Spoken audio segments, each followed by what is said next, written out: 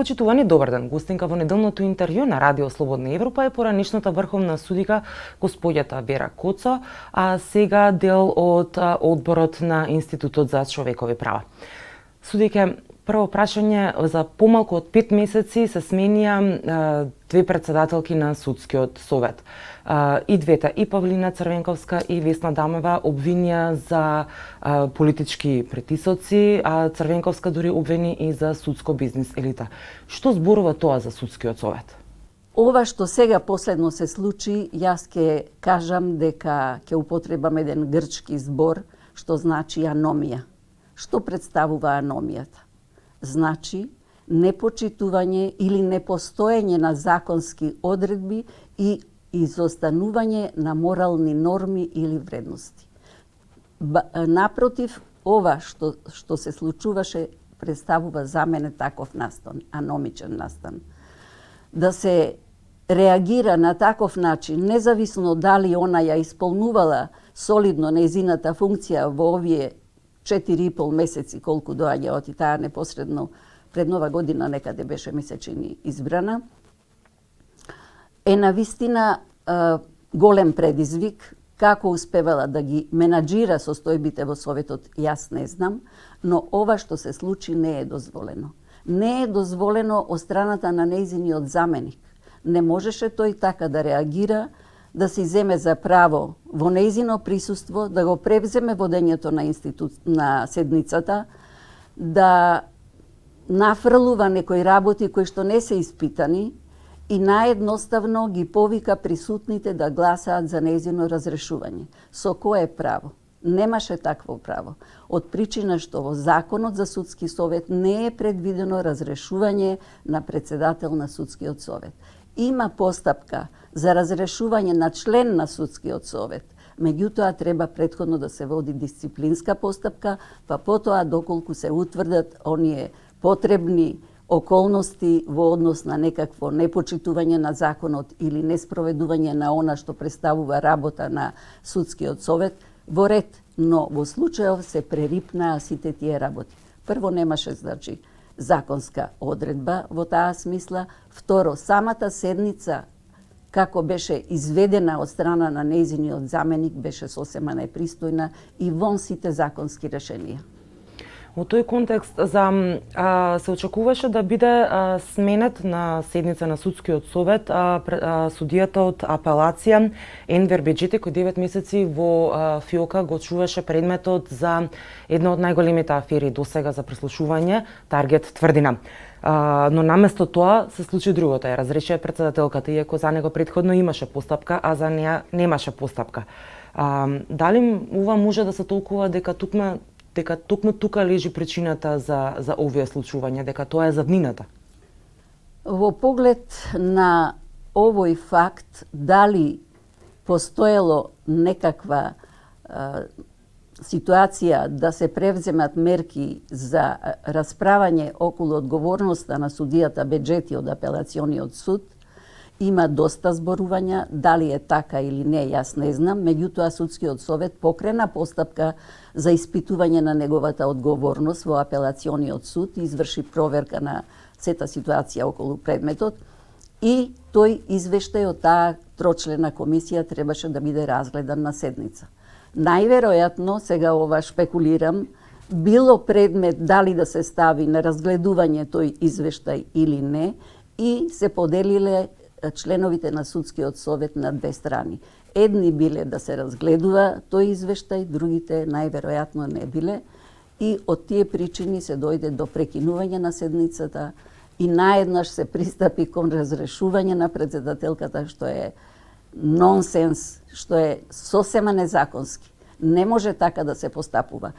Како и да е и каква да била состојбата, дали имало некакво ненавремено постапување од страна на председателката или пак се вршел притисок да се стави на разгледување ова прашање околу тој судија, не може да се постапува незаконски. Мора да се спроведат сите работи кои што се предвидени во Законот за Судски совет.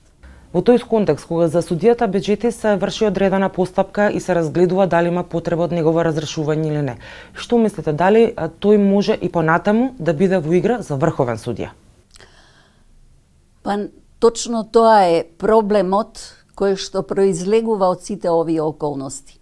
Се слуша во јавност дека тој имал предлог некаков, дали е тој официјален или така е кулуарски само, да оди во Врховниот суд. Меѓутоа, не смее да се занемари она што го има направено во апелациониот суд. Факт е дека во апелациониот суд предметот е држан повеќе од 9 месеци. Иако имало расправа која што укажувала на укинување на предметот, што значи можеле да го укинат предметот навремено, доколку така ценеле, па потоа да се пристапи што е можно побрзо во работа од страна на понискиот суд. А во случајов предметот е држан долго време, па вратен, иако беше јасно и за јавноста и за професионалците во таа струка дека му прети застарување на ова кривично дело. И на тој начин не може да се избега од одговорноста дека има некаква цел или намера, која што требаше да се утврди токму на оваа седница пред членовите на Судскиот совет. Но на овој начин само се избегна и се доведе во една ситуација не само Судскиот совет, него целиот судски систем се стави на тапет и на оцена на јавноста, која јавност знаеме дека нема доверба, особено граѓаните немаат доверба во судскиот систем од овие причини кога остануваат нерасчистени и замаглени полно случаи и ситуации. Американската амбасадорка во Скопје изрази разочараност од одлуките на апелација за поништување на пресудите. Како гледате на тоа што АГЛР и го пише и на судската и на извршната власт во писмо? Па видите, нашата држава е под мониторинг, не само заради пристапот кон оние најавувани преговори за влез во Европската Унија, меѓутоа од поодамна се врши мониторинг од страна на повеќе амбасади, не само на Американската амбасада. Што се работи во земјата, како се работи и на кој начин се работи, бидејќи и тие имаат многу проекти кои што ги финансираат во однос на проекти поврзани со остварување на судската функција. Во овој случај Американската амбасадорка со право реагираше. Таа не се мешаше во оценувањето на предметите, туку наједноставно изрази загрижувачки став што се случува со предметите кои што се од висок профил криминал, дали навремено се решаваат или истите тежнеат кон некакво застарување, што во случајов и се случи. Ви имате големо искуство како судија во Да, апелација. целиот мој професионален век го имам поминато во судството, од приправник до Врховен суд. Дали е реално оправдувањето на апелациониот суд по писмото на АГЛР дека ажурноста на судот зависи само од бројот на судиите? Бројот на судиите е проблематичен во тој суд подолго време. Точно е дека работат со многу мал број, со многу мал капацитет на судии.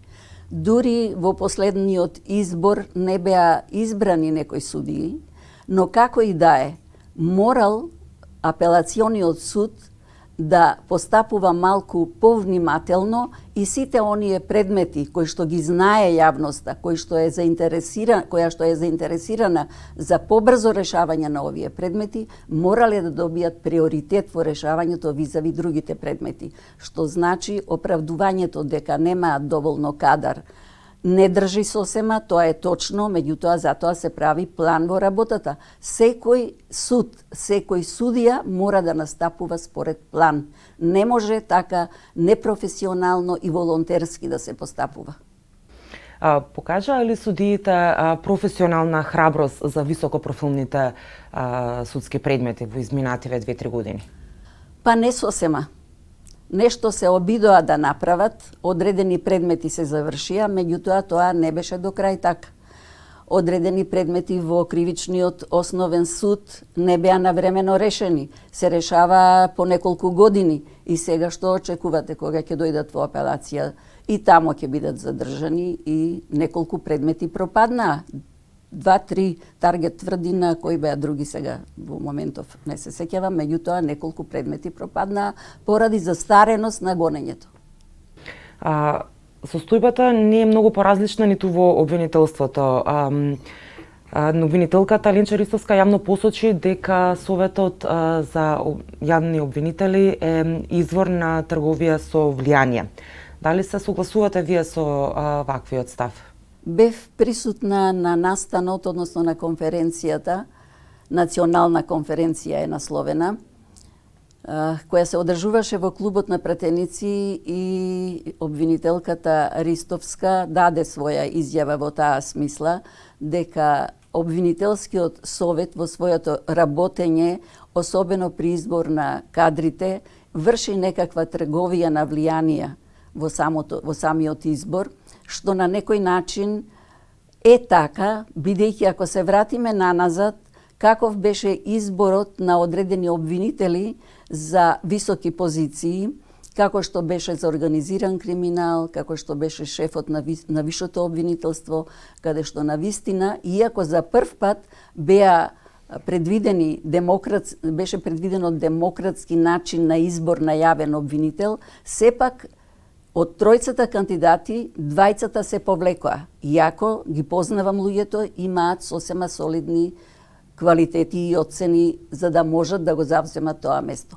Која беше причината за повлекувањето не беше кажано јасно, но сите ние претпоставуваме дека е во прашање некаква друга манипулација или игра. Се избра оној што беше и дотогаш јавен обвинител, иако шефот на обвинителскиот совет искажа мислење дека морале него да го изберат бидејќи немало други кандидати, тие се повлекле. Што значи тоа? Па ако е така, распишете нов оглас, па бирајте од поголемиот број на кандидати. Не може заради тоа што другите двајца се повлекле, што и остава сомнение кај јавноста, кои се причините за нивното повлекување. И се избра тој стариот шеф. Советот по изјавата на Ристовска побрза да побара, ако може така да кажам, етичко замолчување на обвинителката по таквата изјава. Што тоа говори во оваа ситуација за Советот? Дека се плаши од критики или можеби станува збор за нешто друго?